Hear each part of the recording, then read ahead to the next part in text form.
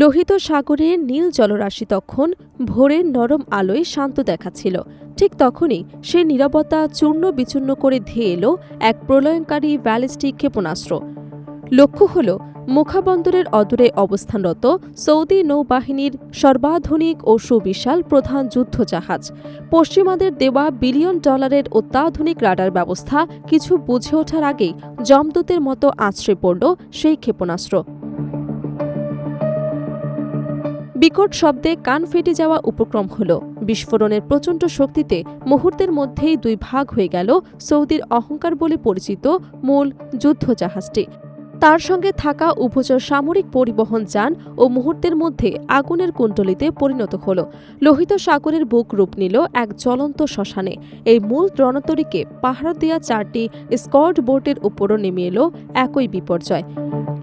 একের পর এক নিখুঁত মিসাইল ও ড্রোনের আঘাতে দুটি নৌযান চিরতরে সাগরের অতল গভীরে তলিয়ে গেল, আর বাকি দুটির পরিণতি হল ভাসমান দাহ্য ধ্বংসস্তূপে।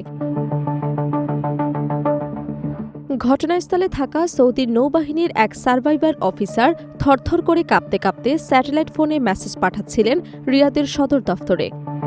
সৌদি অফিসার, কমান্ড সেন্টার, আমরা অতর্কিত হামলার শিকার।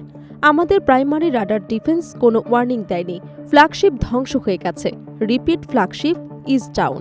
আমাদের দ্রুত এয়ার অ্যান্ড সি সাপোর্ট পাঠান। কিন্তু সেই আকুল আকুতি লোহিত সাগরের উত্তাল তরঙ্গে হারিয়ে গেল।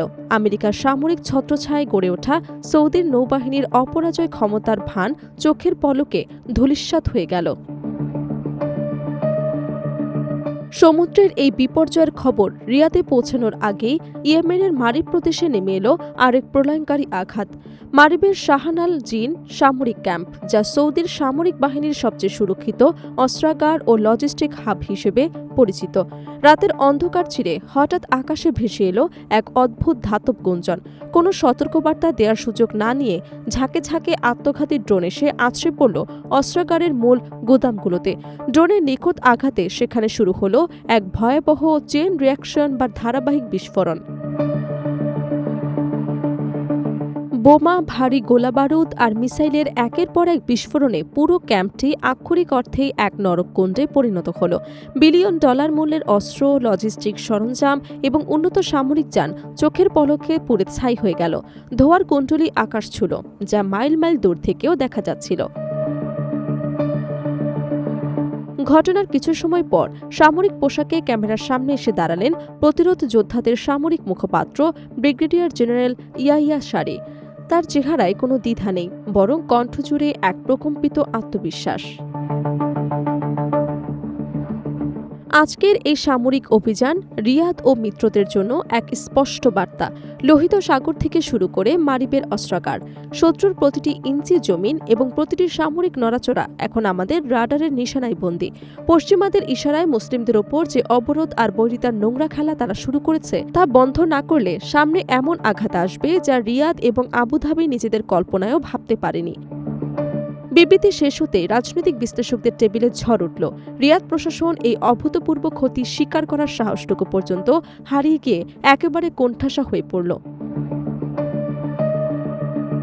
সৌদি আরবের এই বিপর্যয় যখন মধ্যপ্রাচ্যের মানচিত্রে কম্পন সৃষ্টি করছিল, ঠিক তখনই সেই আগুনের লেলিহান শিখা গিয়ে পৌঁছালো সংযুক্ত আরব আমিরাতের দুবাই এবং আবুধাবির কাছের তৈরি চোখ ধাঁধানো অট্টালিকাগুলোর দোরগড়ায়। নিজেদের মধ্যপ্রাচ্যের নিরাপদ স্বর্গরাজ্য বলে দাবি করা আমিরাতের এক ঝলমলে সন্ধ্যা। দুবাইয়ের মলগুলোতে কেনাকাটা আর বিলাসী জীবনের কোলাহল। হঠাৎ করে কোটি কোটি মানুষের মুঠোফোনে একসাথে বেজে উঠল বিকট এক ইমার্জেন্সি অ্যালার্ট সাইরেন। ফোন স্ক্রিনে ফুটে উঠল জরুরি সংকেত। নাগরিক এবং বাসিন্দাদের অবিলম্বে নিকটস্থ ভূগর্ভস্থ বাংকার বা সুরক্ষিত আশ্রয়ে যাওয়ার নির্দেশ দেওয়া হচ্ছে। মুহূর্তের মধ্যেই দুবাই এবং আবুধাবির রাজপথে নেমে এলো বিশৃঙ্খলা। প্রাণভয়ে ছুটতে লাগলো মানুষ। গাড়িগুলোর হর্ন বা সাইরেনের শব্দে কাঁপতে লাগলো নিরাপদ বাণিজ্য নগরী।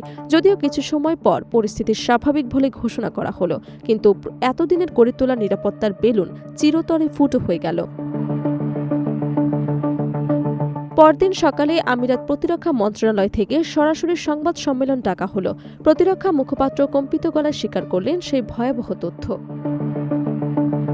আমরা নিশ্চিত করছি যে সমুদ্রপথে চলাচলকারী বাণিজ্যিক নৌযান লক্ষ্য করে দুটি দূরপাল্লার ব্যালিস্টিক ক্ষেপণাস্ত্র ধেয়ে এসেছিল। একটি আমাদের IEEZ এর বাইরে আছড়ে পড়লেও অন্যটি সরাসরি আমাদের আঞ্চলিক জলসীমায় অনুপ্রবেশ করেছে। এটি আমাদের জাতীয় সার্বভৌমত্বের ওপর চরম আঘাত। সশস্ত্র বাহিনীকে সর্বোচ্চ সতর্ক অবস্থায় রাখা হয়েছে।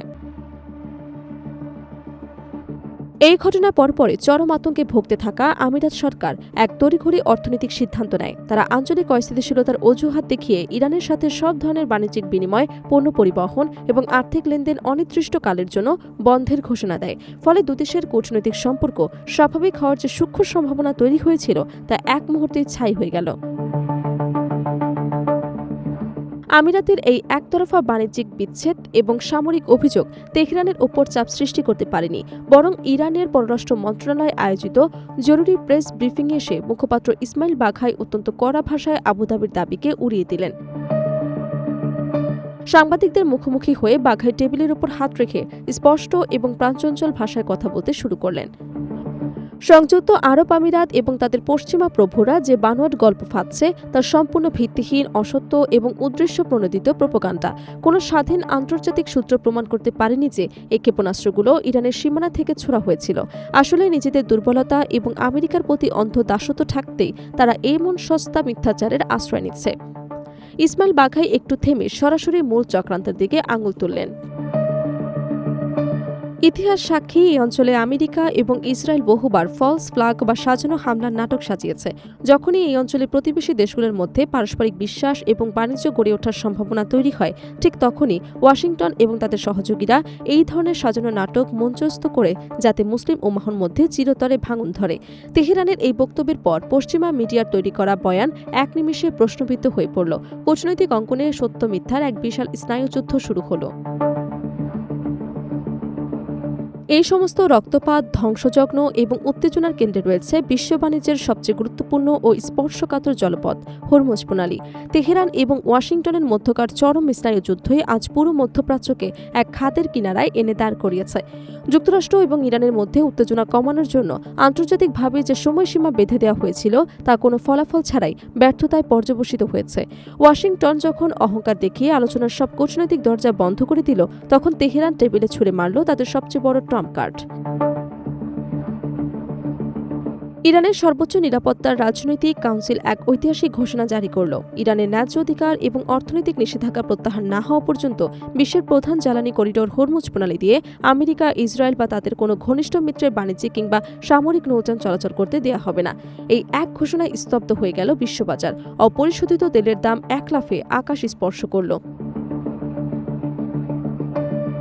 মধ্যপ্রাচ্যের নিয়তি এখন আর পশ্চিমা পুতুলদের হাতে নেই, তা চলে গেছে সেই শক্ত হাতের মুঠোয় যারা বহু বছরের নিষেধাজ্ঞা ডিঙিয়ে আজ বঙ্গোপসাগর থেকে লোহিত সাগরের আকাশকে নিজেদের শক্তিতে শাসন করছে।